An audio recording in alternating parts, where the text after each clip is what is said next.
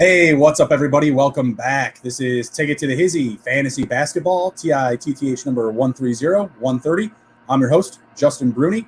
We got Blake Jacobs and Stephen Hammond with me tonight. Good evening, fellas. Happy hump day. Happy Wednesday. How are we doing? Good, man. Good. How about you, Steve? What's going on? I'm doing good. Good. Ready to clock in for some NBA talk some fantasy, talk some gambling, some betting. How you guys looking for your best bets tonight? Your props. Go ahead, Steve. So I got a couple here. I got a parlay of both Zach LaVine over 25.5 points. I think He stays hot against the Magic. I don't see anyone on the Magic really giving him any trouble. I parlayed that with John Wall over 22.5 points. I just have one of them feelings, and I really hope I have John Wall on my fantasy team, so I'm hoping he'll go over that. That pays out plus 267. And then Vooch, first basket, plus 520. Rolling the dice there. He's been doing it the past couple games. I like that. So, Gambler's edge. It's a Let's dart. go. Yeah, it's like, it's a dart throw, but we'll take it. How about you, Blake? I really like that Vooch pick. I do too. So what? Just before I go into mine, Steve, what makes you want to jump on John Wall tonight? Just because, or like you said, it's a feeling. What's the feeling though? If this was at the beginning of the season, the Pacers kind of would have scared me. But lately, I'd have to look at John Wall's points. But I know he had a 30-point outing not too long ago. I mean, who else is going to do it for that Rockets team? Exactly. Someone has to. Kevin Porter Jr. maybe he'll put in a decent amount, but I think it's John Wall's team, and so let's just fingers crossed over 23.5. Christian Wood, yeah, he just isn't the Christian Wood I feel like from the beginning of the year when he was, the runaway candidate for most improved. Oh yeah, I agree with you. I like the Vooch pick, man. It's very Adam Sandler uncut gems of you. This parlay's not going to hit if we don't get the tip off. If we don't get that Kevin Garnett tip off. So I like it. What'd you say? Right. Plus 520? That's awesome. Yep. All right, I'm pulling for you. I got not loving the Bruce Brown pick, but I took Bruce Brown over 16.5 total points and rebounds. He did not start in this game up against the 76ers, which is a little bit disappointing. Landry Shaman got to start. Not happy about that. So hopefully Brown gets in here pretty soon and takes it to the Hizzy, as we like to say. And then what was the other one that I had? It's coming up on the bottom screen here. I got a few. The other one I got is Nuggets money line, and then I like Memphis plus 3. Malachi Flynn over the 14.5 points. Let's fire up some Raptors now. Give me some offense, Malachi. No Kyle Lowry again tonight. He did come back in his previous game, but I think they're just not dressing him tonight, which I really don't get because they're in the 11th spot. They're one game behind the Bulls for a play-in game, for the playoffs. So I feel like Lowry, unless he's like hurt or banged up, he should be in the lineup, but no Lowry tonight, so fire up some Malachi Flynn. Let's go. All right, let's jump into some of our Monkey Knife Fight props. If you guys haven't signed up for monkeyknifefight.com, be sure to do so if you're interested in prop betting. I was going to give you my bet. Oh, what's your bet? You were asking Steve. My bad. What's yours? Yeah, it's all good. Hey, I like Memphis tonight, plus 130. Dallas is going to Memphis. Memphis kind of showed me something against the Bulls. They fought and beat a good team in your Chicago Bulls with Vucevic and LaVine. I think Morant's going to be MVP one day. Oh, shit. All right. Probably not in the very soon future because, you still got Giannis there and Harden still sticking around. But I think I can see him in an MVP spot. But this is a spot for Memphis to get right, and I think they take care of business at home. Yeah, I love Memphis. I'm actually plus 3 as well. Yeah, I'm actually running right now to bet that. Let's go. So Blake, you're taking a money line? Yeah, 130. You get a 130. I like it. I'm gonna take the spread. I'm gonna take the plus 3. If I can get a straight up win, I love it. But if not, hey, I'll take the 3 points. Easy peasy. So Monkey Knife Fight. And there we go. Let's jump over to the Monkey Knife Fight. If you guys haven't signed up with them, be sure to use promo code to the Hizzy. They'll match your deposit 100% up to $50. Let's jump into this first prop for Monkey Knife Fight. We got Stephen Curry versus Lou Gents Dort. Warriors versus Thunder. Curry points 35.5. Dort points 16.5. I'm sniffing the unders here, actually, boys. Me too. I don't like these numbers. 35's high for Curry. Yep. I mean, we'll have what's his name, Oubre out tonight. But you know, blowout kind of worries me. I just don't know. Both these teams really don't have an identity, and I mean, unless Steph Curry gets fed the ball and he just starts throwing everything up, I can see that going over. But I'm gonna stay away from Dort for sure. Dort is ruled out now for rest. Well, we can just rule that whole thing out then. So take the under. Take the under. No, Monkey Knife Fight will cancel. It won't pay out now. It's taken off the board. Yeah, they'll cancel that shit for sure, which is a little bit frustrating because most books, when you make that bet, you know, they're going to honor it as long as you get it in before, you know, the guy's called out or whatever, before they take it off the board. Let's jump over the next one. You know, pretty good matchup here. Per Blake's MVP take on Ja Morant. We got Luka versus Ja Morant points. Luka 28.5, Ja 19.5. I'm going to go under for Luka, and I'm going to say under for Morant too. Going under heavy tonight. Okay. I honestly could go either way with it, but if I do it, I'm probably doing it both either way or both. You know, I'm going more for both or less for both. Okay, I'm going under for both. It's just hard to gauge what this game's going to do, whether or not it's going to be one of those hard fought games. But I would lean more towards the over for both. Right. What do you think, Steve? Yeah, I'm going to take the under for Luka, and I'm going to take the over there. I think it's just a little too low or take the over. Yeah, over for Morant, 19.5. I think he's been doing a good job of getting to the paint and scoring around there. He did it to the Bulls. I mean, the Bulls also have been very suspect with D'Angelo Russell did it. Ja did it. It seems like that's the recipe to beat the Bulls. Right. But I like that. I think Ja Morant has kind of hit his stride lately. Still turnover prone, but I like the over. Yeah. Okay. Good stuff. I think that specifically the Grizzlies are going to try to really bang it in the paint. I think that's where they're going to have their biggest mismatch. So that's why I'm on the under for Ja. And I think the number's just a little bit too tall for Luka tonight, and a Memphis team that plays really good defense. All right, next up we've got De'Aaron Fox and Bradley Beal points. Wow, big numbers here. De'Aaron Fox 31.5, Bradley Beal 28.5. Bradley Beal I think is coming in questionable. I'm going to take the under for both again at very under heavy. Go ahead, Steve. Think? Yeah, I mean, I think that these are some really tall numbers. Bradley Beal hasn't been necessarily the Bradley Beal that we saw earlier in the season where he was putting up, 34 a night. De'Aaron Fox is a really tough one for me, and I get why these numbers are so high. I mean, Kings barely play defense. Yep. Wizards, they're kind of all over the place with what they're doing. I think I lean under on both probably. That hook on Fox is killer.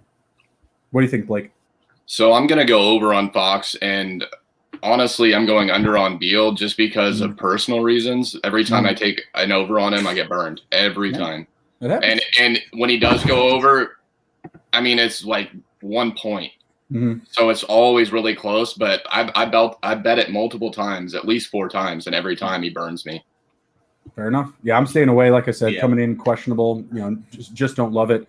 Neither team, I mean, both teams, I guess should say, are close to the 10 spot. I think they're 11 and 12 prospectively in their conferences, but they're on the outside looking in, So to me, they may very well be chasing picks. Last one up here, we've got Jokic versus Jimmy Butler. Jokic, 24.5 points. Butler, 21.5. I'm going to take the over for Jokic and the under for Jimmy. What do you guys think? Yeah, I'm probably going to go under on both. Okay. Why the under for Jokic? I think he's just going to get other people involved. I feel like I don't think he's going to try and take it all on, but I could be wrong. I think it's a trap just because everybody's going to be jumping on the over because, hey, Murray's out. So he's just going to shoot more and more. I'm going to dip while everyone's diving. Sounds good. I like it. What do you think, Steve? Yeah, I think I'm going to take the under on Jokic as well. I think he maybe just I forgot. No Jamal Murray though now. Right. I still think that he might go under. He'll distribute it. He also has a matchup against Bam, which might give him a little trouble. I think you see more Michael Porter. Okay. Yeah. More Aaron Gordon. Aaron Gordon as well. Gordon. Jimmy Butler it's so weird for like a superstar like him to have an over-under of 21.5. I get it. That's kind of where he's at points-wise. I think this is a game, though, that he puts a team on his back, and he might actually take over. So I'm going to take the over on that. No Oladipo definitely helps as well. Yeah, I just don't like Miami tonight. They're playing back-to-back. Denver's still been really good. Obviously, they're losing Murray, but Denver's one of my favorite picks tonight. If Jimmy is out, I like Denver on the points. If he's in, I like Denver money line. I think both are still very safe picks tonight with a lot of upside. I kind of like Kendrick Nunn tonight. Okay. I wonder what his points over would be. Yeah, I mean he's going to have minutes. Campazzo and Monty Morris taking care of him at the one. So I could see him taking full advantage of that. Yeah, I could see that too. I'd be interested to hear some of his props. If you guys want to pull one up while we're going through the previews, be sure to let me know. Yeah, I'm looking it up right now. All right, cool. I'm going to get into the previews here. If you guys haven't had a chance to, please like and share the video and follow us on YouTube /Take It to the Hizzy. First game up I'm watching here is we got Nets and the 76ers. 76ers, big favorites at home, 9-point favorites, -415 on the money line, over-unders at 224. I like, pregame, I like the 76ers to cover the number, but I was also anticipating Kyle Lowry not being in the lineup. He's in the lineup. They're right now losing by 4. And they're really trying to play fast pace right now, really trying to play run and gun up against the 76ers. So we'll see what happens here. What do you guys think about this one? I think that Brooklyn covers that number. You said it was what, 9? 9. Yeah. I think Brooklyn covers that. They're looking good. Their reserve guys are playing really well, playing fast pace. Right now, what is it? 76ers just hit a 3. Danny Green just hit a 3. 5-point lead. Yeah, 5-point lead. What do you think, Steve? What do you maybe like the total more? I don't know. I still think I lean Brooklyn with the points. Yeah, they're covering right now unless the 76ers really take it away at the end of this one. It's going to be a lot of upside here for Brooklyn. So I'm glad I stayed away. I was really feeling the 76ers, but would not have been good for me. Right. So I think we can all agree, though, 76ers will probably take it home, the money line. But, hey, the -415, not a ton of value there. What do you guys think about the total 224? I think it's going over. It looks like it right now. Brooklyn's playing really fast, really fast. What do you say, Steve? Yeah, I'm in agreement with that. I think it goes over. Two teams that put up points. Oh, yeah, in bunches. All right, next up, we've got the Spurs traveling to Toronto, #Tampa. Spurs come in as 5-point favorites on the road, -225 on the money line. Over-under is at 222. I mean, San Antonio's not playing great ball. They're 4-10 in their last 14, 8-1 ATS in their last 9 versus Toronto. But I don't like it. I think I want to take Toronto money line, +180. What do you guys say? +180? What? I mean, is it even worth it? I'd rather take the Raptors +5. I mean, okay. I think the Raptors cover that. I could still see them losing. I mean, they don't have Kyle Lowry. I don't know if that really matters. You got Malachi Flynn stepping in and taking care of business. Yeah. But I don't think the Spurs can beat them by 5. I don't think so either. They haven't been playing very good basketball recently. What do you say, Steve? I feel like lately it's kind of been crazy with the Raptors. They've had games canceled, postponed, I should say. I think I'm gonna lean going with the Spurs on this one. Okay. Win, cover. What do you like? What do you like most? I like them to cover. Okay, covering the 5. I mean, San Antonio, they've won their last 2 games. Orlando and Dallas, not bad. Coming in with Orlando, they were -7 on the line. They covered that. With Dallas, they were +6, and they won by 2, so they covered that as well. Like I said, they've been covering 8-1 ATS in their last 9 versus Toronto. Was it 15-5 straight up in their last 20 versus Toronto? So they got their number.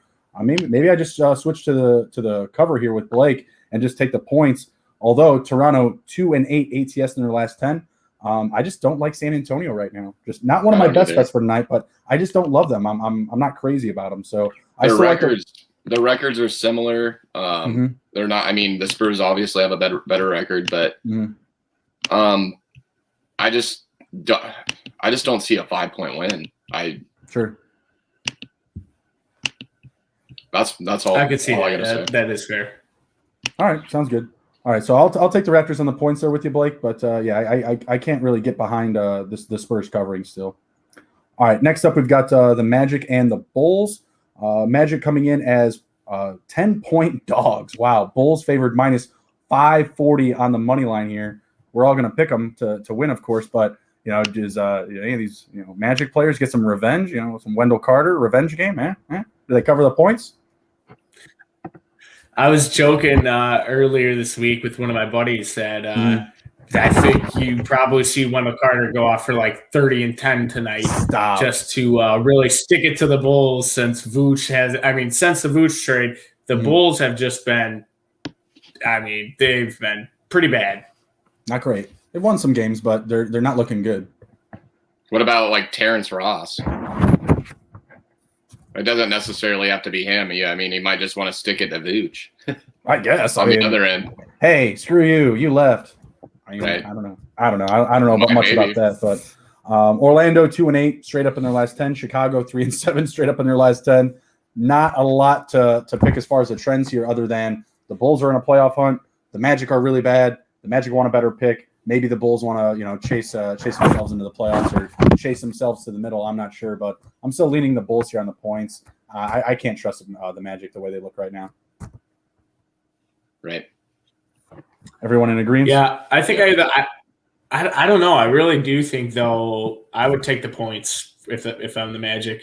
The Bulls just have a way of self-destructing in that fourth quarter, no matter how much time's left. And you can make money off that. So, and maybe it's another thing too. You catch live. If the Bulls go on a little bit of a run in the first, if who knows, maybe Zach LaVine goes off for 25 straight of the Bulls points in the first half again. Like that'll matter, Steve. The last time I bet on the Bulls, Zach LaVine scored 31 points in the first half. We had like a 15-point lead up against the Hawks, and we blew it. I was lost by 12. Why, Justin? Why did you pick the Bulls? I was feeling so good at halftime. Man, that third quarter turned on, and I was throwing stuff around the house. It was driving me crazy, driving me nuts. And that's just the Bulls, though. You're right. They do not play very good basketball in the second half, specifically in the fourth quarter. So that could be a tough number to cover. But against the Magic, I'm going to take it. I'm going to trust them. I'm going to try to trust them.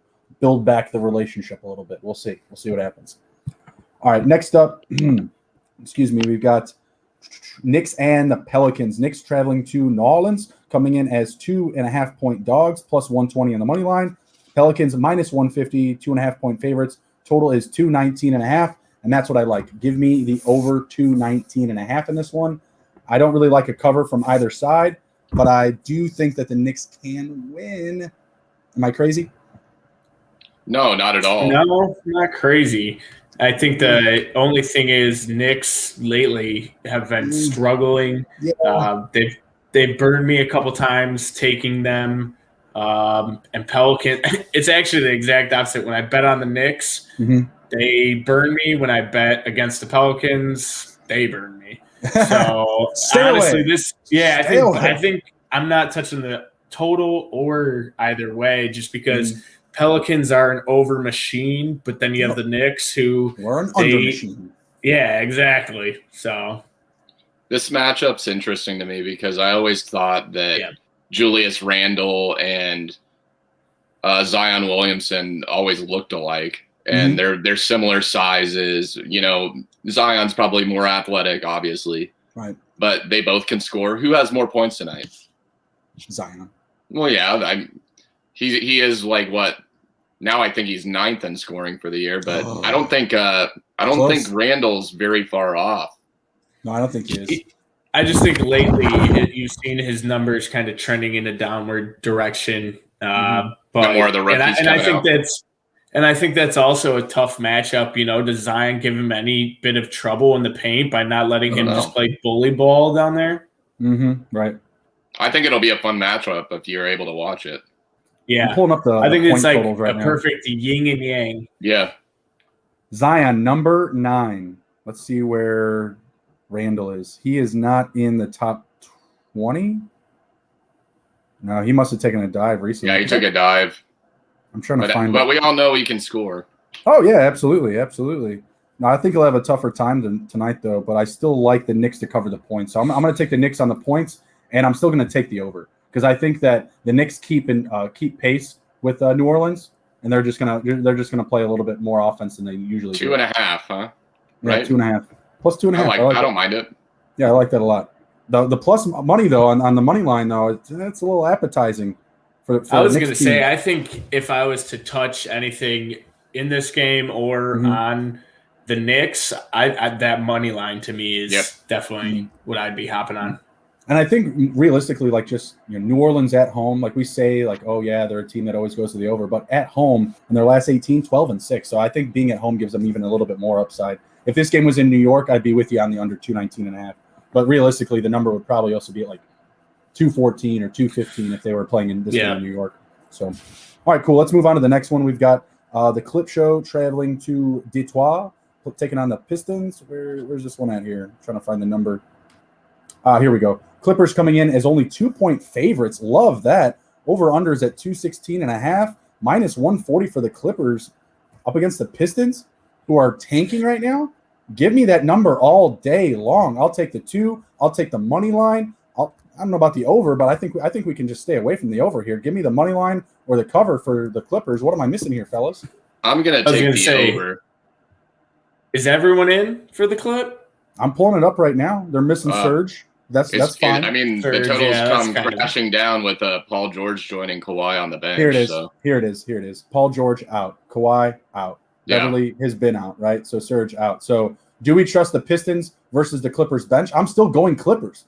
And I'm not saying it's because they have something to play for. I'm saying it's because the Pistons have nothing to play for whatsoever. They're playing for picks at this point.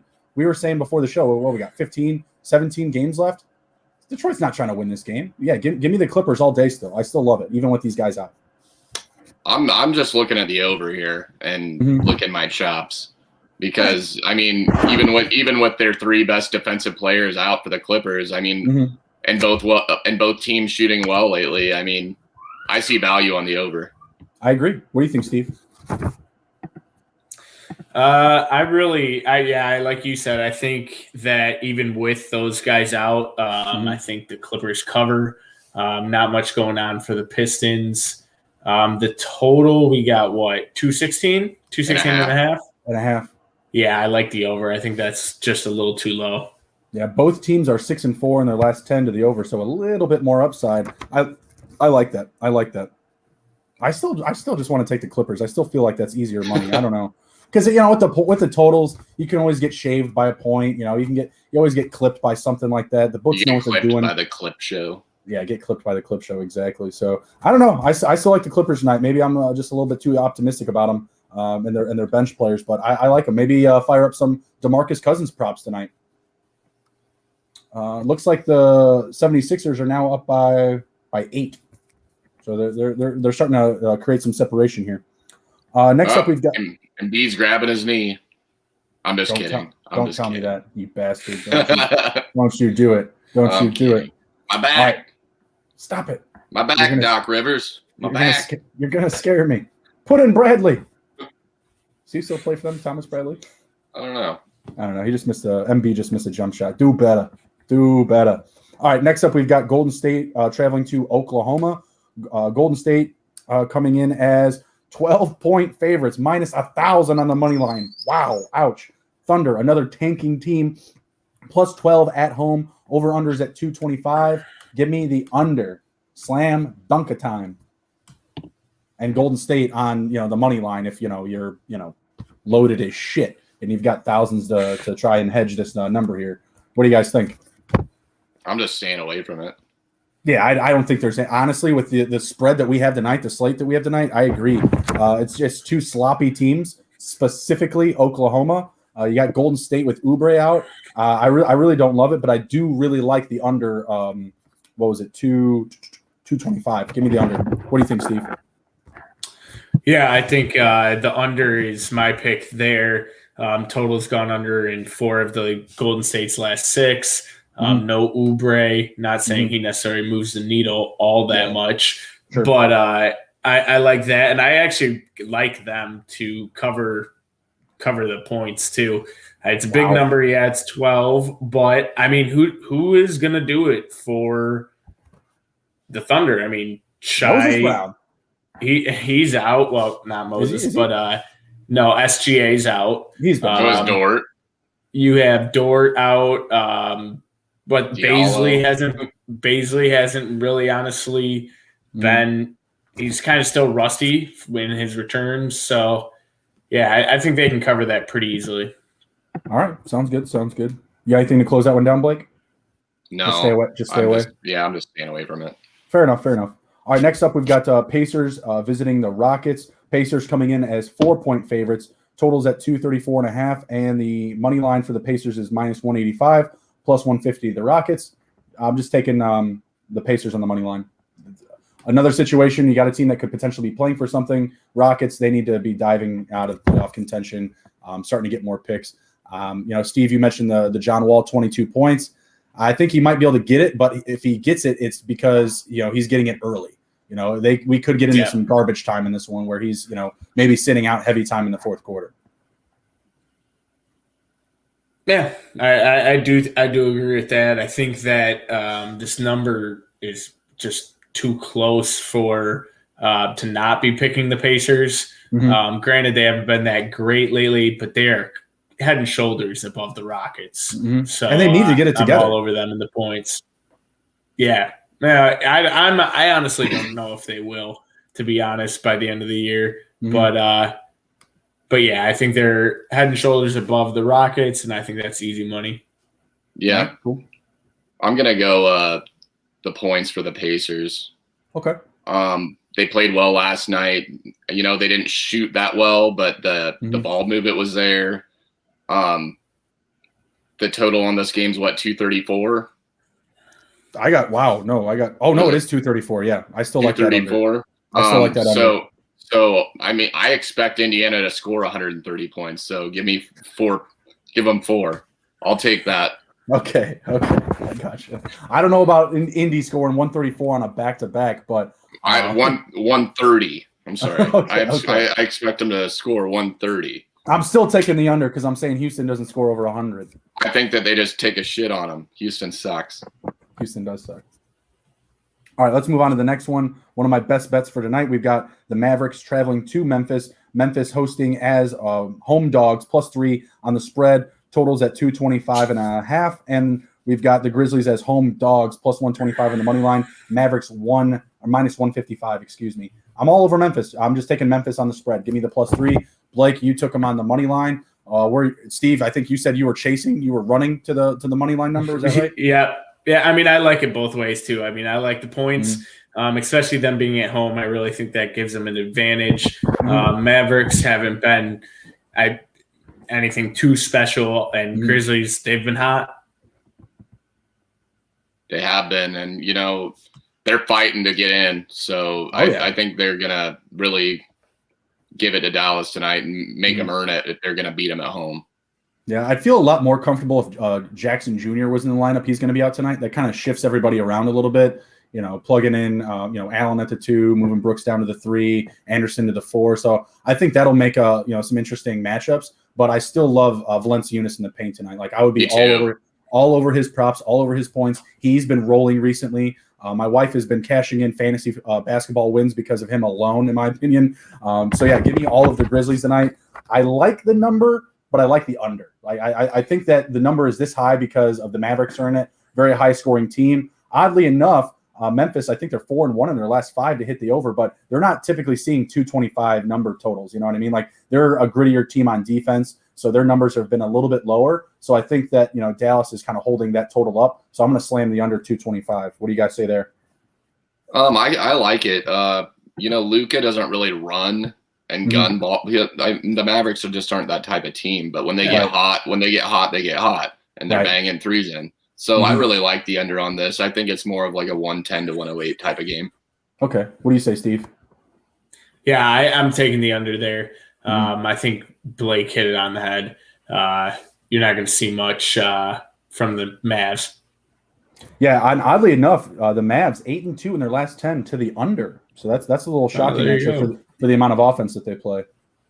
We got a 6-point lead here for the 76ers. I just saw Joel Embiid try to do like a fade away like volleyball throw, like when you're like in middle school and you're playing volleyball and you catch the ball and throw it.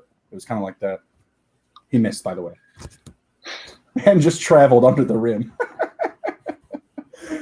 He's trying to do it all. It's not working out right now. They're only up by 6. He exhausted all that energy trying to get underneath the basket, and he looks fucking tired. What he had left. He looks fucking tired. I'm not gonna lie. And he was backing down Jeff Green. He went to dunk it, and he just went straight up and straight down. He looks a little tired. Give him a breather. Give him a breather, Doc. Come on now.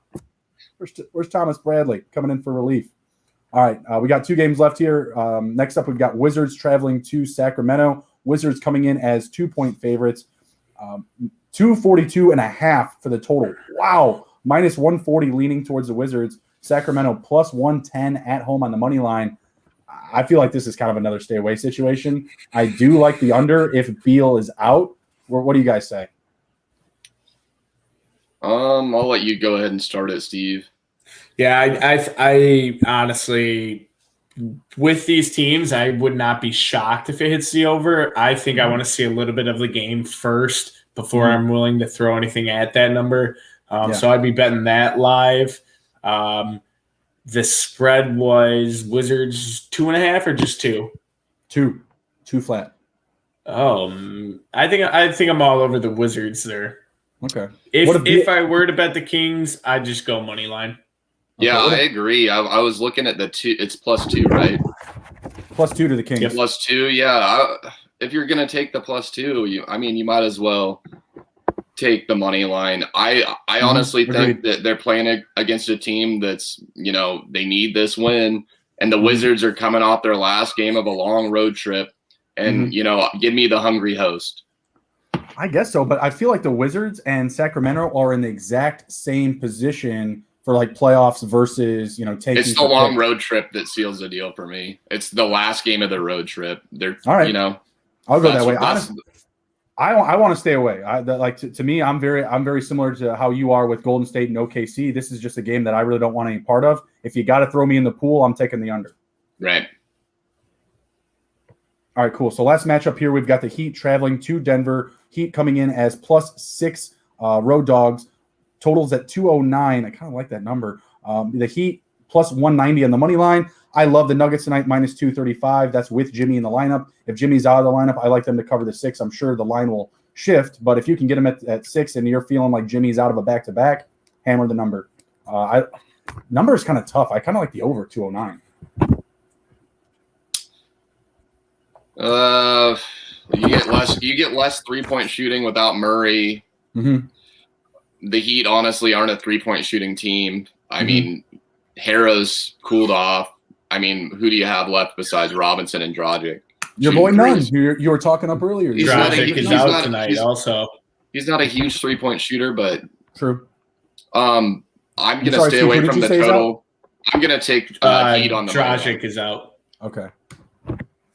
I'm going to take Heat money line. Ooh, whoa. I like it. I like that a lot. What if Jimmy's out? If Jimmy's out, that might sway it back, and I'll just take. I just double down if Jimmy's out. What do you mean? Hopefully, if Jimmy's out, I hope that number doubles. Looks like he's going to be playing, but I still like. I think he plays.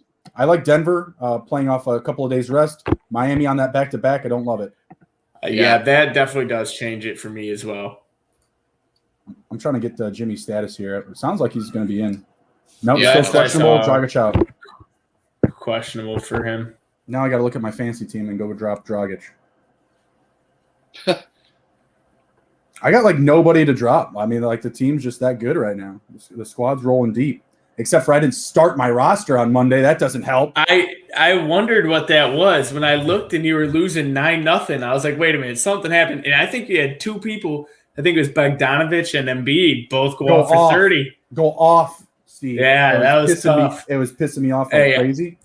I'm not going to lie. It might have made me smile a little bit because I'm chasing you in the standings, trying to get out of that 6th place spot. That's last week to get in, right? Get comfy, Steve. That's where you're finishing, bro. Oh, no. I mean, hey, Tommy's actually been changed his lineup lately, so it's been he's actually fighting me right now. I think we're split down the middle, 4-4. I don't know how this happens. I put Wade in my lineup, and now he's in my bench. Like, I don't know how this happens. I was going to tell you that. I was like, what the I don't know. I honestly don't understand this app. I think we're going to have to switch to Sleeper next year for basketball, too, because this stuff's just driving me crazy. Like, believe me, Monday was on me, okay? Like, it was a crazy I was going to say, are you just making some excuses no. Or? Monday was just a busy-ass day. From 7 in the morning until whatever I finished the hockey show, it was go, go, go, go, go. Work, the Hizzy, all of it, just raining all over me. So that's on me. Monday was on me. But in general, I feel like I come back to my team because I get my lineup set up properly all the time. I feel like I come back to it, I'm like, why are these guys on the bench? Like, didn't just yesterday after I made my move, I hit active players all week? Like, right. I'm pretty sure I did that. Like, I don't know why today I'm coming in here and I have to fix things again. But no, Monday was on me. That was on me. And I was looking at like 9-0. Oh, shit. Like, all right, here comes 4th place. Here comes 5th place. Did you set your lineup for all week and then mess with it again? Because once you mess with it, it messes with shit. No, Monday was just on me. But when I put in, I had Wade in. Like, I picked up Wade. I put him in. Now he's out. Like, whatever. It doesn't matter. I'm not going to win this week probably because of Monday, but it is what it is. But let's jump into some fantasy waiver wire talk. Before we do so, if you haven't had an opportunity, please like and share the video and follow us on YouTube /Take It to the Hizzy. Blake, I'll let you take this first one. All righty. So first ad, we got Facundo Campazzo. Is that how I say it? Facundo? That's exactly how you say it. That's exactly how you say it. Right. At least I got it right because my wife would be mad at me. Well, she added him. Where was that talk at the breakfast table the other day, huh? so I picked up Campazzo, huh?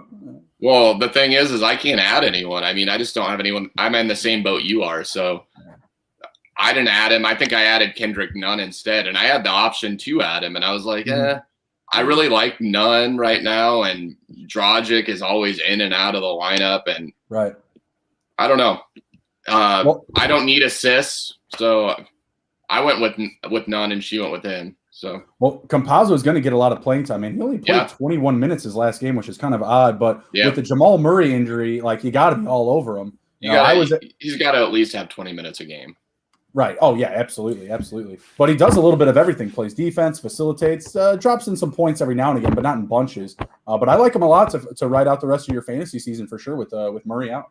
I think Morris is the hotter ad if you were able to get him. But in my opinion, I think Morris is the next man up, and he's been there longer. So I think Campazzo is just going to play the Monte Morris role that Morris was playing to Jamal Murray. Well, jump in here, Steve. What do you think? Because I'm opposite of that.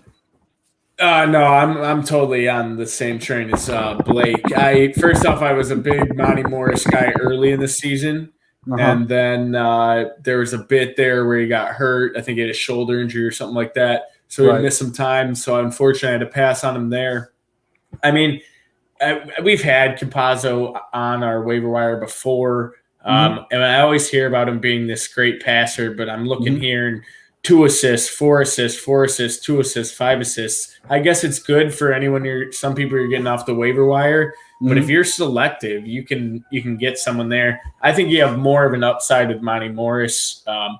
More points will be there. You'll get maybe a couple 3 balls from him, and then he's going to chip in your 2, 3, and he'll have games of 5 assists, especially with Jamal Murray. So I think Monte Morris is definitely the better player too, just overall. I just think that he's all points. Like, I mean, I'm looking at his recent games here. No defense. Maybe a steal here and there. Campazzo had a 4 steal game in his last game. Doesn't get assists, not as consistent as Campazzo does. Rebounds, they're pretty much a wash, I'd say, right? Yeah, they're about a wash. They're about a wash. Pretty much, yeah. You never know. Pointers. Yeah, you're right. One, you give the leverage. Maybe. Yeah, exactly. And for the 3-pointers, you give the upside to Morris. I agree with you there. But, when I'm looking at defense, that's harder to find from like the guard position consistently. So I still got to lean Campazzo. I think it's like a 2 makes 1 situation. I think I only see one game with 4 steals, and I only see 1 block. That's just me. Yeah, and you can almost go out and you might not find it at a guard position, but sometimes you can find those grinders who play, small forward, power forward guys who they end up getting, your defensive stats. I think defensive stats are something too where you can, if you're really paying attention to your waiver wire, you can find those guys. And then you also look at some of the matchups they have and can kind of just pick and choose. That's kind of where I've made my bread and butter this year. But hey, you're with Campazzo, you're getting an expanded role from where he was just a few weeks ago. Oh yeah, absolutely. And looking at the minutes here, we haven't seen Morris play over 30 minutes since the 12th. Is that right? More so recently, Campazzo's flirting, or actually that's a different player. Campazzo's been flirting with that number a little bit more recently. So April 12th, 33 points, or 33 minutes, I'm sorry. April 7th, 28. I feel like they just might trust him a little bit more. And I feel like that's been the case kind of down the stretch of the year. We did, like you mentioned, Morris was hurt for a little bit. But yeah, like I said, I think they both, equate to like one solid guard realistically for what Denver's going to need, down the home stretch here. But wish I had Morris on here for his availability. We may need like a Devontae Parker, DJ Chark bet right here for this Monty Morris for I'm not shaving my head again. I was like, hey, your hair is growing back just enough that we might be able to make a bet. And I got plenty of hair here. I'm interested. I'm listening. But you got to pick a prop. You got to pick a stat here. We'll come back to this next week. We'll brainstorm. All right, fair enough. But yeah, I am interested. I'm that interested in Campazzo over Morris. So I'm willing to hear what you got. I'm willing to go with like FanDuel fantasy points average, like their whole fantasy point outcome. I'm a category guy, so I know, but it's a little more challenging for me.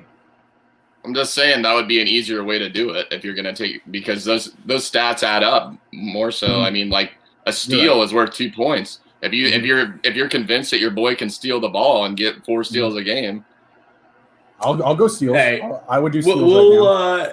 We'll come back to this. We'll think of a good bet here, and everyone watching will be back next week. Yeah. All right, sounds good. All right, let's move on to the next guy. I'm looking at Josh Jackson of the Detroit Pistons, getting a lot more minutes, a lot more playing time.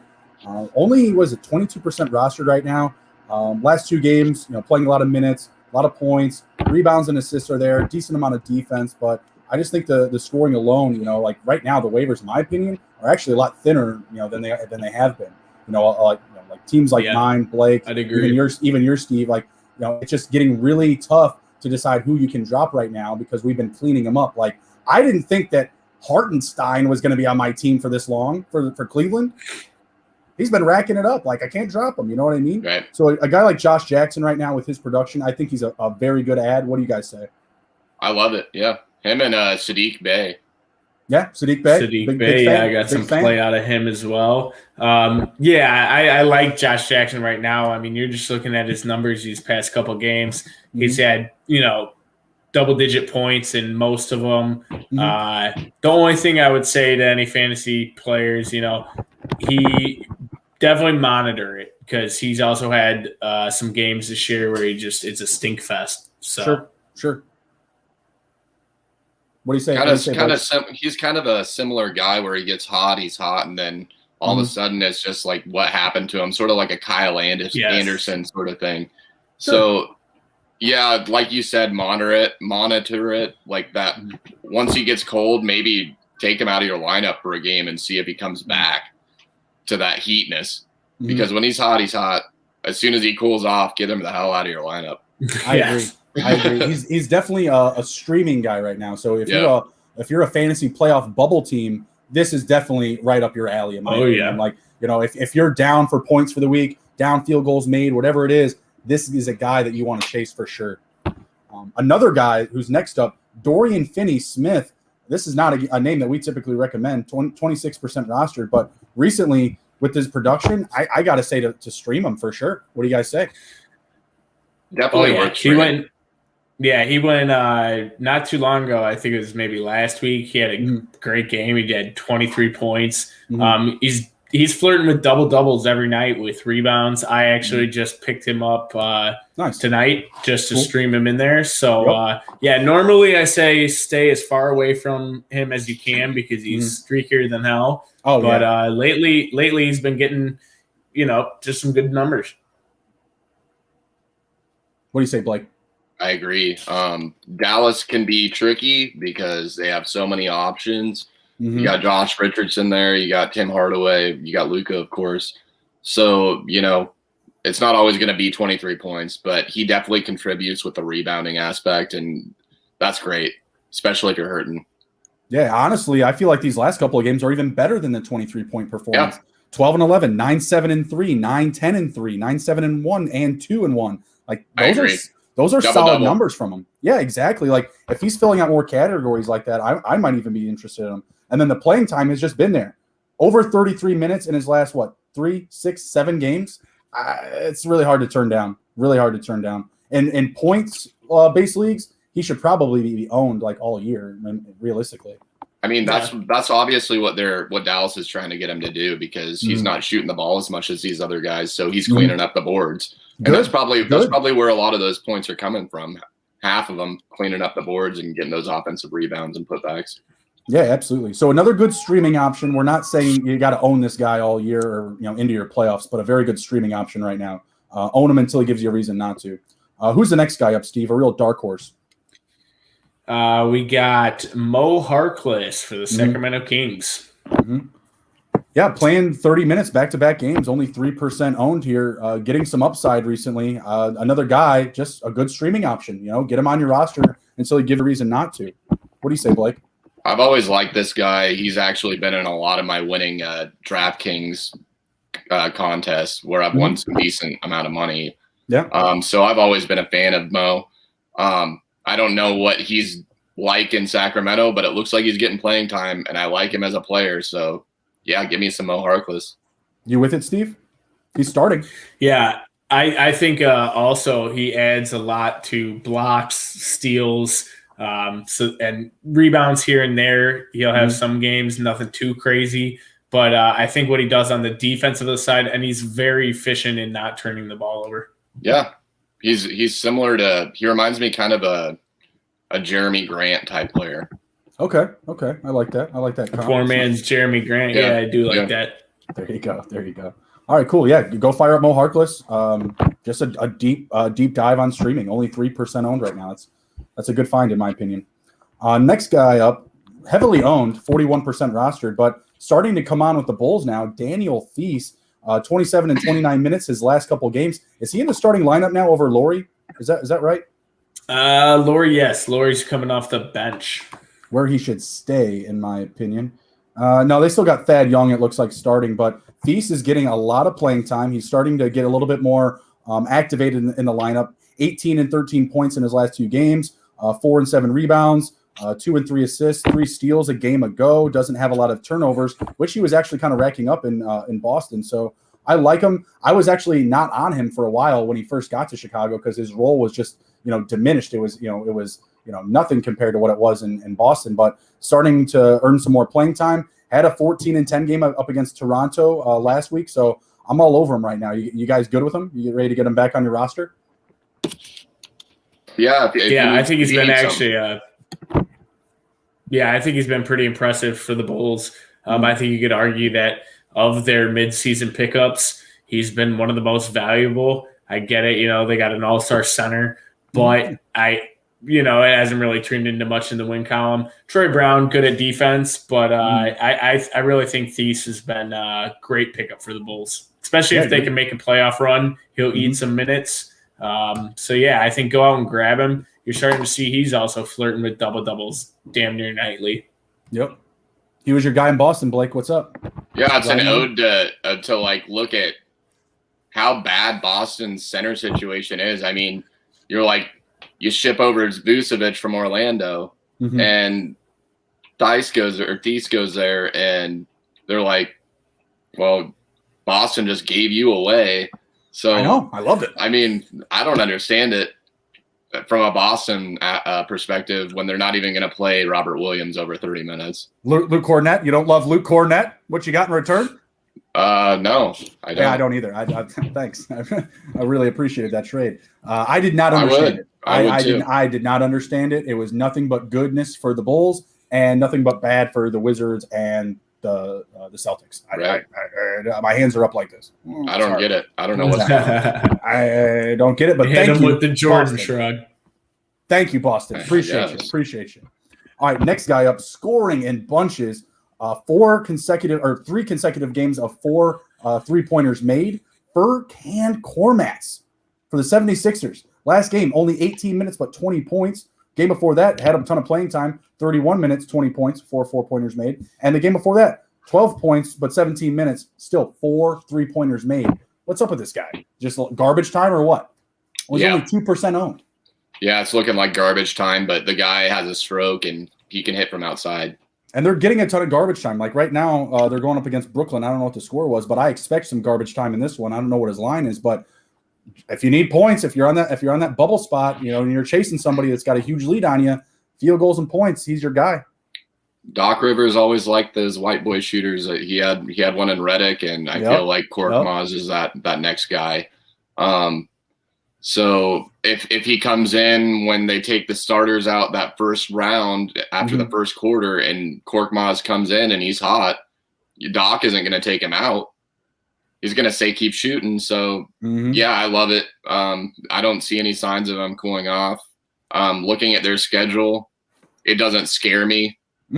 So, yeah, fire him up. What do you say, Steve? Yeah, I mean, anyone needing 3-pointers, that's your guy. He's probably on most waiver wires, only 2% owned here. I think it's definitely one you just monitor. Who knows if this is going to last for too long. But yeah, it doesn't turn the ball over. Also makes his free throws. I like him. All right, right on. Next guy up. And I'm just saying he's just earning more playing time too. That's just why I want to close it out with. He's just going to continue to earn more time with these numbers. He had 5 steals 2 games ago. Like, come on, like for a guy like Doc Rivers, that's got to earn you like a couple more minutes, right? Come on. Right.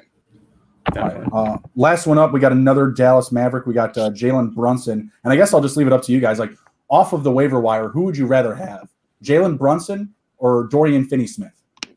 I'll just kind of leave it at that. I'll take Finney-Smith. Yeah, I think I take Finney-Smith. I think it's just harder to find forwards who can do it. I think you can find guards on the wire who are just going to get it done. Jalen Brunson isn't the best free throw shooter, but I would definitely go Finney-Smith. I did go Finney-Smith. Yeah, it's definitely Finney-Smith for me, like a no-brainer because the guy can hit 3-pointers. He gets to the line. It's not that often, but he does get to the line. He gets you anywhere between 7 to 10 rebounds a game. Right. He gets you a few assists, and he gets blocks and steals. I mean, one of these games he had 3 blocks. Another game he had 2 steals. It's no turnovers. There's 3 turnovers in the last 7 games. That's it. That's awesome. If you asked me this question a month ago, I'd say Brunson home run, not nail it out of the park. But right now, Finney-Smith for sure. Like he's even playing more than him, which wasn't normal throughout the entire season. So yeah, give me Finney-Smith. The volume's there, the production's there, the minutes are there. So just curious comparison. I saw both of them available. Thought that would be a good comp or comparison. All right, last up here, we're going to go through our NBA team, our NBA playoff team questions and concerns. Blake, I know you got to be out of here in about half an hour here, so maybe we'll clip out the live betting outro. So first up, do we still believe in the Denver Nuggets without Jamal Murray? We're getting into the Monty Morris and Campazzo talk there, who might be better for the team, but realistically, as a squad, is this going to hurt their playoff contentions? Like, are they potentially, going to be out of the first round? They could potentially be out of the playoffs. No, stop it. Denver is a 4 seed right now in the West. Yeah, but it's possible. I mean, we said there's 15 games left? No. They lose half of them, they're out. Not doing it. Just saying. All right. Let's say they slip out of a home court advantage, right? I think that definitely happens. Okay. Well, the Lakers are beat up right now too. The Lakers are 5th right now. The way it works, they're Denver's 4, Lakers are 5th. So that's your first round matchup, right? That's your first round. Let's say Denver slips to the 6, and they're looking at the Clippers at 3. Are they out of the first round? Clippers have not been a consistent team this year, and they've also been very banged up. I would say yes. The Clippers just knock them out first round? Yes. I think the Nuggets get 1. Okay. I'd say the Clippers in 5? Mm-hmm. Clippers in 5. What do you think, Steve? Clippers in 5. I guess I could see that. Paul George has been playing really, really good lately. I do think that Jokic provides somewhat of a matchup issue for the Clippers. They really don't have a big guy unless Serge comes back. But even then, I mean, is he going to be 100%? He's old. I don't know how great he'll be able to do that. I still think they're going to be a pretty solid team. Them adding Aaron Gordon has helped. So, yeah, I'm not too worried about them falling all the way out. But I guess it'd be possible that they could get bounced first round. That would be tough. I don't know what one of these teams on the outside looking in is going to do to completely surge up in the West. And that for me is just like you have so much talent out there out West that it's just really hard for any of these teams to go on a run like that. I think Denver, honestly, they're 34-20. They're a game ahead of the Lakers for home court advantage. The Lakers right now, they're good, but they're not great without Davis and LeBron. I mean, they're still struggling. You know, I don't know if they're going to. Good. I thought I had heard Anthony Davis eyeing a return either late this week, early next. Yeah. I'd say this Saturday at the earliest because he gets evaluated tomorrow. Yeah, he'll get evaluated. Okay. When he comes back, I don't imagine them overloading him with minutes, though. I mean, I think that he'll play a factor in the win total when he's back regardless. You know, they're going to get theirs. But I still see the Lakers as a team potentially missing out on home court advantage because of their injuries down the stretch here. I definitely think that could happen. They still just easily beat up on Brooklyn not too long ago with, Schroeder got ejected. Granted, so did Kyrie. But, I mean, I really just don't see that happening. Right. All right, so are we saying that Portland then is going to leapfrog to the 4th seed? Is that the case here? Because that would mean if we're not in on the Lakers or Denver as much, then we got to be in on Portland, Dallas, maybe even Memphis. I'm in on the Lakers. Okay. Yeah, me too. The Lakers aren't gone. They're in dormant state right now. They're just hiding. They're like a bear in hibernation. I agree. But when it wakes up, it's two time bears. to fucking play. Yeah, it's literally just 2 bears in hibernation. It doesn't matter if they have home court advantage or not. Right. No, I don't necessarily say that that's going to matter. I will say it matters up against the teams like Utah and Phoenix when they do run through them. I agree with that. I definitely agree with that. When they maybe even get to the second round, when you're looking at like a 1 versus 5 or something like that, or a 2 versus 5. Sorry, but we'll see. If Dallas's team with Dirk could do it, and what were they, a 7th seed when they won it? Mm-hmm. I still believe in Denver. I like what they got. I like Aaron Gordon. I like Michael Porter, who's been coming on recently, and Jokic is still in the run for literally MVP candidate. You believe in them to win it, or no. I believe in them to make a run. Honestly, I think that Donovan Mitchell should be the MVP. That team's just loaded with depth. He's putting up 40 points a game. I can't agree. Jordan Clarkson is a big reason why he's not going to win MVP. The last 5 games, he's averaged 42 points or something like that. I'm sure. I've seen Donnie Mitchell play really well. That game last week, Phoenix and the Jazz that I stayed up late for. Phoenix took it home. Donnie Mitchell. It wasn't a buzzer beater 3, but it was a 3 with seconds left in the game to push the number, to push it to overtime. It was a fantastic matchup. But we saw, the best in the conference in Utah and the Suns, and Utah came up short. Mind you, they were on the road, but Donnie Mitchell missed some very big shots in overtime, and he was trying to play a hero ball a little bit too much. I trust Jokic more over Donnie Mitchell. So had the Jazz won that 100%. Game, then you'd like Donnie Mitchell. I would have liked Donnie Mitchell a little bit more had he tried to distribute the ball. What about last year when Donnie Mitchell took a shit on the Nuggets in the bubble? And then he blew it. He also blew it though. They also lost. Exactly when it went to overtime, and they're like, was it Murray and him going back and forth? Yep. Yeah, I mean, no, he plays great ball, man. I love some Donnie Mitchell, but that team is just stacked with depth. It's the same conversation with Devin Booker and Chris Paul. Should Chris Paul be in the MVP race because he came to Phoenix and now they're one of the best teams in the conference? Right. No, it's because they have a ton of depth. They're getting everything out of all their pieces, right? I think Denver can still make a run. I do like them still to make it to the second round, especially if they get a team like the Lakers in the first round, where exactly if it ends just like it is, and they get the Lakers in the first round. I'm still taking Denver because they're probably getting the plus option, even with Anthony Davis and LeBron coming back. And I like Jokic over Anthony Davis right now. He's been healthy. He's been playing MVP type of basketball. He's going to have more of a concentration on him to provide offense, assists, like Steve was talking about earlier. So right now, honestly, like Jokic, he's my MVP candidate. And Embiid would be up there, but he's missed too many games, in my opinion. You think that Jokic is going to win it? Yeah, I do. Especially if they tally off a handful of wins or whatever, a big group of wins with Murray out of the lineup. Yeah, and keep home court for sure. Mm-hmm. So let's segue that into the Lakers. Do we still believe the Lakers will make a run? Because they are built as a championship team with LeBron and Davis healthy. Do you believe in them to make the conference championships with those two teams or those two players coming back? We're just going to say conference. Yes.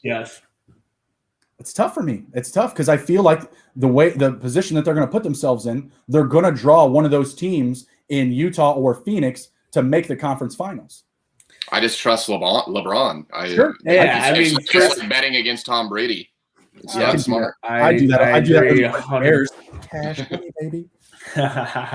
No, I mean, it is still LeBron, and there's still an intimidation factor when you go up against him. And if this was March Madness and it was a 1-game series and win or move on, but in a 7-game series, I just don't see it happen. It just changes. I think, and I just think that you really have the Lakers who are built everything. They haven't just been. For me, I think they easily run away with the West.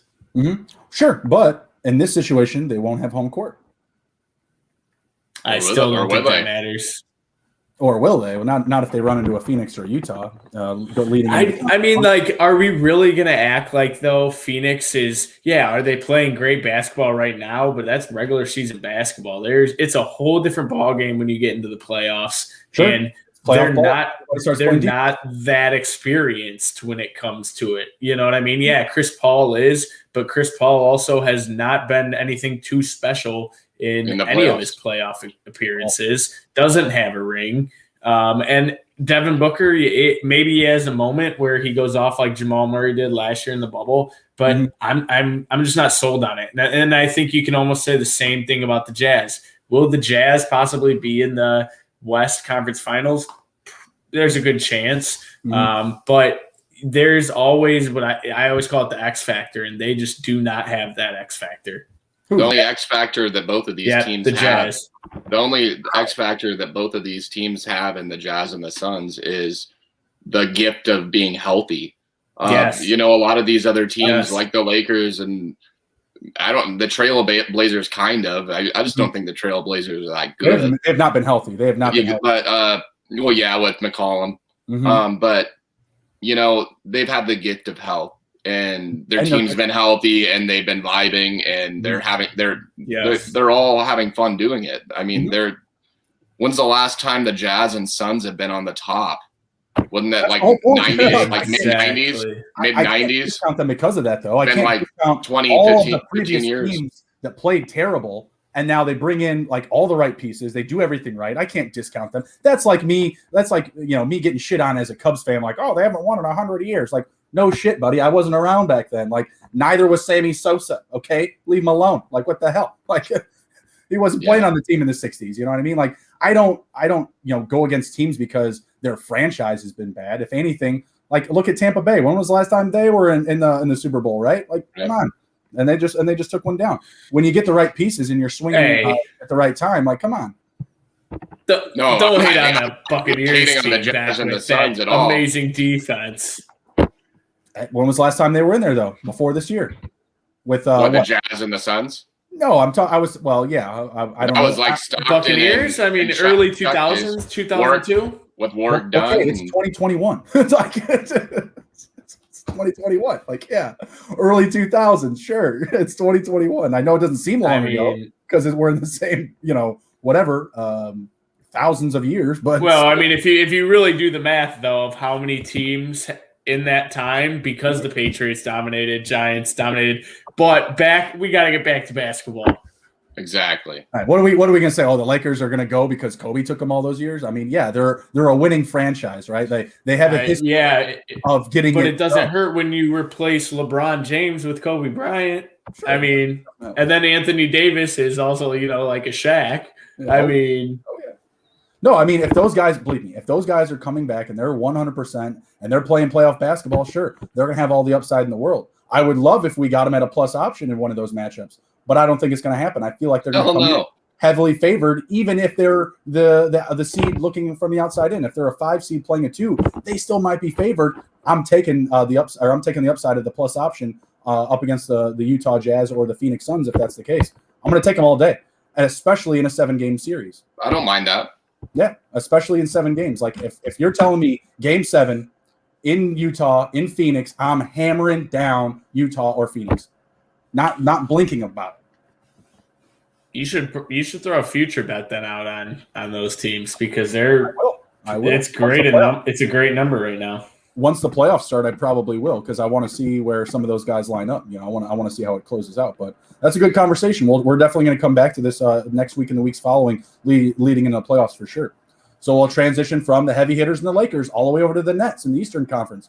Do we believe in them to make a run at the conference finals with these guys coming back from injury? Absolutely. Oh yeah. See, now I'm with you. I'm with you because these guys score like fucking crazy in the fourth quarter. If you're telling me that Durant, Harden, and Kyrie are going to be healthy start of the playoffs, yes, I will put the Nets in the conference finals hands down. No problem. I'll take them to win it. Yeah, I take them to win it. I take it. I mean, because again, I think it's a 7-game series thing. I don't know if any team can beat them aside from a team in the West, like the Lakers. Probably, I don't think you beat the Nets, and I even think if they lose, say Kyrie, I still think that they're going to because the rest of the people on their team are stepping up. And they've all gotten plenty of play this year because we haven't seen all of these play. One of them seems like to be always sitting out. So I mean, experience won't be an issue. Maybe playoff experience a bit, yes, but I think they're going to run away. So what are you guys' thoughts then on the Heat? Because lately I've been hearing a bunch of chatter that they're the best team in the East. And I just find that very, very hard. Yeah. Oh yeah. It's all over. Crack is a terrible drug. It kills families. Like what the hell? The Heat? Hey, I'm just saying what I've been hearing, No. I mean, the best 2 teams are Brooklyn and the 76ers. You can definitely give a lot of upside to the Bucks, who I think are going to be there making a deep run for sure, but not the Heat. No. The Heat are still behind Boston.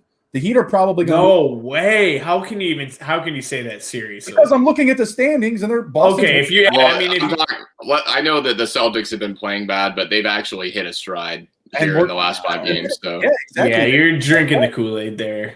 Oh, maybe I am, but we'll find out.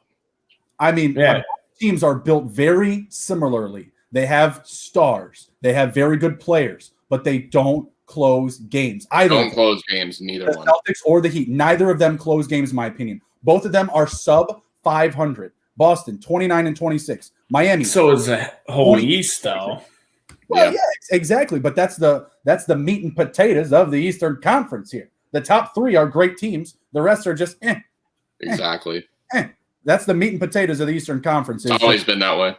Sub mediocre 500 teams. Like that's what they are. Boston has been better in recent years. They've been better than that sub 500 team, but right now they're not. They're in that I will say they lose first round. Celtics will lose first round. Yeah, Wouldn't surprise me. But what if the Bucks and the Heat take off in the first round? I'm taking the Bucks, hands down. I don't know if I can actually say that either. Oh, Steve. I agree, and I have Giannis on my team, but also they have been hurt. Giannis sat out all last week due to injury. Chris Middleton took time off due to injury. I don't think you can say that. And first off, I'm not the one who's saying that the Heat are the best team in the East by far. I'm all on the Nets train, but I mean, I guess we just have different. I don't know how you'd say it, like. Ideas of what good is in the East, and the Celtics for me are just not there. I'm looking at the Heat schedule here. Some of these matchups are pretty nice. Like the Nuggets tonight, not great. That's still, to me, that's still taking the L. But Timberwolves next up, not bad. The Nets, if everyone's healthy for the Nets, or they got a couple of healthy players, that's a loss in my opinion. Rockets, that's a win. Spurs, that's a win. Hawks, in my opinion, that's a loss on the road. Back-to-back games of the Bulls, that's a pretty telling one. If they take 2 right there, that's a big swing. You get the Spurs after that, the Cavs after that, the Hornets after that. That's a good run. That's a really good run of games. So, like, if someone's gonna give that take on their schedule, maybe, but that doesn't make them a better team than Boston or than the Bucks. You just had to have Jason Tatum put up 53 points to beat the Timberwolves of all teams in overtime. Yeah, that was rough to watch. Yeah, they were down 12 at halftime. I guess we have just different definitions. And someone should tell the Timberwolves that they need to lose. I don't know why that was. I don't even know why that's a thing. And they made it interesting for the fans. Yeah, exactly. If the Timberwolves, really quick, I know you guys know this, but the fans at home may not know. If the Timberwolves don't secure a top 3 draft pick, like 1 through 3 worst record in the NBA, they lose their first overall pick to Golden State. They should not be playing games into overtime. Tatum should not need to score 53 points to beat him. Right. But I think as a Celtics fan, I think you like to see that. No, Blake? I mean, like if you need your team to get right and you got your best player scoring 50 points leading into a playoff hunt, I think that that creates some goodness. That creates some upside, right? Yeah, if he does it in regulation, maybe. I mean, they beat the hell out of the Nuggets, and they had Murray on the team then. Okay. And I will say, I'm not trying to completely just shit on the Celtics. Like I'm not doing that just to. I'm just trying to create some. The Heat. I'm not. I'm just not. He thinks that the Nuggets have an MVP on their team, and the Nuggets beat that MVP by 18 points. Well, they got Campazzo, baby. They got Facundo, baby. Picking on me. All right, so the Heat, they lost to the Suns, and they had back-to-back wins. They lost to the Grizzlies, and then they had 4 in a row. But before that, they lost, 1, 2, 3, 4, 5, 6 games in a row. Like, they're a hot and cold team. I can't get behind any talk that they're the best team in the East, let alone a top 4, top 5 team. I just don't believe that. I know that you're not saying that, and I get that, but that's just a wild take for anyone to stand on. Best team in the East. Ugh, icky. And that's what really got me going there. The hell? Who wins the game tomorrow between the Lakers and the Celtics? That's a good question. I got to go with the Celtics if Davis isn't back. Oh, he won't be back. Yeah. He just has the evaluation. Give me the Celtics. Give me the Celtics. And good segue, Blake. Have the Celtics found their stride? You got about 10 minutes here, Blake, so maybe we'll close it down with that. I hope so. But then I kind of don't hope so because I don't want them to win to watch us just get smashed by somebody in the playoffs. Mm-hmm. I don't know. That team is just so unpredictable, and I feel like Tatum just hasn't taken that next step as a leader that everybody wants him to be. So until he proves it to me and I see him really, inspire his teammates and make them believe in, being a team and working as a unit, I'm not sold. All right, fair enough. I mean, as far as their stride, I'll say they found it. Recency bias. But I mean, wins are wins. Yeah. Yeah, exactly. So I guess I'll just ask you guys this: like, do they keep this, pace to close out the year? Do you trust them to maybe leapfrog even Atlanta? They're only a game behind Atlanta for the 4 spot. Yeah, I believe that. I would take that bet that they leapfrog Atlanta and take that 4 spot. What do you say, Steve? Yeah, I mean, they got a hell of a schedule coming up. I'm looking at it right now. They got Lakers tomorrow, Warriors after that, Bulls, Suns, Nets, Hornets. They do have some tough ones, but then they also end the season with, teams like the Cavaliers, Timberwolves, Knicks. So Well, I think that they could keep it moving a little bit more. I mean, if that's, I'm going to pull up their schedule now too. I want to take a look. So yeah, like the last game, against the Knicks, that's not great. You're in New York, but Timberwolves, Cavs, back to back against the Heat. Before that, that's our matchup right there, man. That's our matchup right there because was it 4? Oh man, I would love actually for Atlanta to make it to the 6th spot so we could get the Boston and the Heat in the first round. There we go. That one. That'd be a good matchup. That would be a good matchup. That's a 7-game series. For sure. Boston, Miami, 7 games, clean, easily. Bam against Robert Williams. That'd be fun to watch. That would be fun. All right, let's close it out with some live betting here. Blake, you got about 8 minutes left, so we're gonna keep it nice and tight, nice and comfy here. We got basketball. Let's take a look here. I've got 76ers. They are leading by about, I see a 90 to 80 or a 92 to 79. I'm sorry, score. But the books have a 12.5 point, 13.5, 12.5. Jesus, make up your mind. 12.5 point spread here. Do the 76ers close it out with 12.5, or Brooklyn going to keep it close? I'll take Brooklyn. I'll take the points. Yeah, I like Brooklyn just to keep it close there. All right, sounds good. Looking at my boy Furkan. He's driving to the hoop. And bank shot. Got it. Money.